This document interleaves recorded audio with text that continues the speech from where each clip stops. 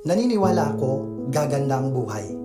Kaya, huwag mong pangunahan ng negativity. Dapat kahit mukhang imposible, huwag kang susuko.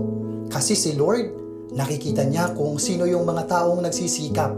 Siya mismo yung gagawa ng paraan para matulungan kang maabot yung mga pangarap mo. Keep going and believe na makakaya mo. Kaya kahit may delay, naniniwala akong may plano si Lord.